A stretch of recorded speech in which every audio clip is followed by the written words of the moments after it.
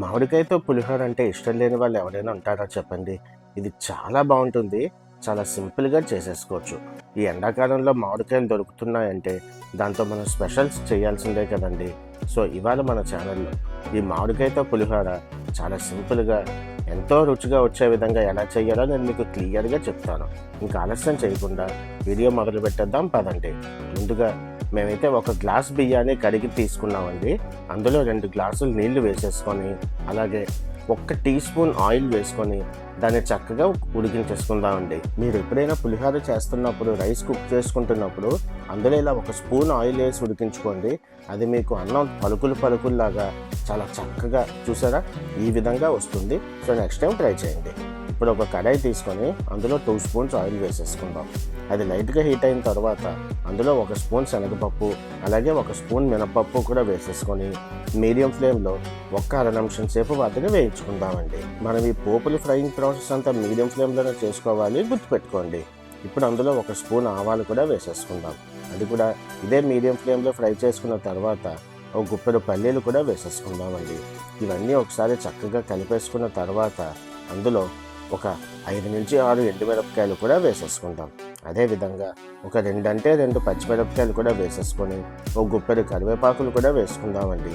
వీటన్నిటిని మీడియం ఫ్లేమ్లో 1 నిమిషం సేపు చక్కగా అలా కలుపుతూ వేయించుకుంటే చక్కగా ఫ్రై అయిపోతాయి. ఇప్పుడు అందులో మనకి కావాల్సినంత జీడిపప్పు వేసేసుకొని, అదేవిధంగా ఒక పావు టీ స్పూన్ ఇంగువ వేసుకుందామండి.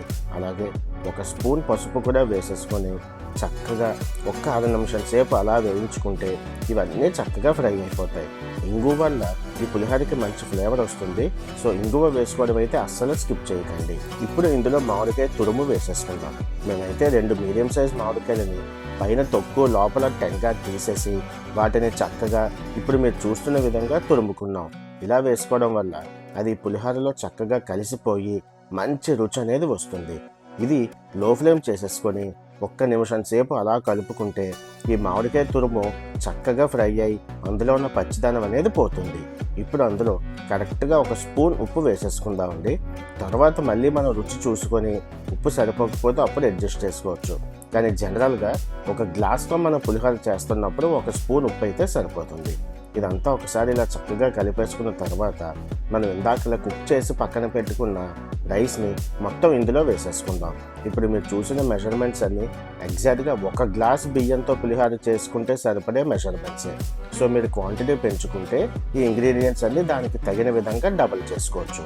ఇప్పుడు మంటను పూర్తిగా లో ఫ్లేమ్లోనే ఉంచేసి ఈ పులిహోరకి ఈ పోపు సామాన్లు అవన్నీ పట్టేలాగా చక్కగా కలిపేసుకుందామండి. పసుపు మనం స్టార్టింగ్లో 1 స్పూన్ వేసుకున్నాం.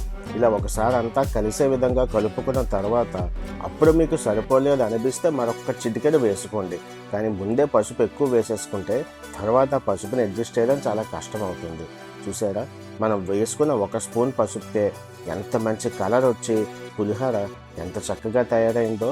ఇది ఇంతే సింపుల్గా చేసేసుకోవచ్చండి. చాలా రుచిగా ఉంటుంది. చిన్నపిల్లలు కూడా చాలా ఇష్టంగా తినేస్తారు. ఇది ట్రావెలింగ్ చేసుకుంటున్నప్పుడైనా లేదా పిల్లలకి లంచ్ బాక్స్కి అయినా కూడా చాలా పర్ఫెక్ట్గా సెట్ అయ్యే రెసిపీ. ఇది ఫ్రిడ్జ్లో పెట్టకుండా బయట ఉంచేసినా సరే ఒక రోజంతా పాడవకుండా ఉంటుందండి. ఈ పులిహోరకి కాంబినేషన్ కింద కొబ్బరి మామిడికాయ పచ్చడి చేసుకుంటే అదిరిపోతుంది. మీకు కావాలంటే చెప్పండి, నేను నెక్స్ట్ వీడియోలో మీకు కొబ్బరి మామిడికాయ పచ్చడి ఎలా చేసుకోవాలో కూడా చూపించేస్తాను. చూసారా ఎంత కలర్ఫుల్గా, ఎంత కమ్మగా ఉందో ఈ పులిహోర. చాలా సింపుల్గా చేసేసుకున్నాం కదండి. సో ఈ వీడియో కానీ మీకు నచ్చితే ఒక లైక్ చేసి మీ అభిప్రాయం మాకు కామెంట్ సెక్షన్లో తప్పకుండా చెప్పండి. మీరు ఇచ్చే ఫీడ్బ్యాక్ మాకు చాలా ఇంపార్టెంట్. అలాగే మా తెలుగు కుకింగ్ కల్చర్ ఛానల్ని సబ్స్క్రైబ్ చేసి మమ్మల్ని సపోర్ట్ చేస్తారని మనస్ఫూర్తిగా ఆశిస్తున్నాను. మరొక మంచి రెసిపీతో మళ్ళీ కలుసుకుందాం. అంతవరకు సెలవు.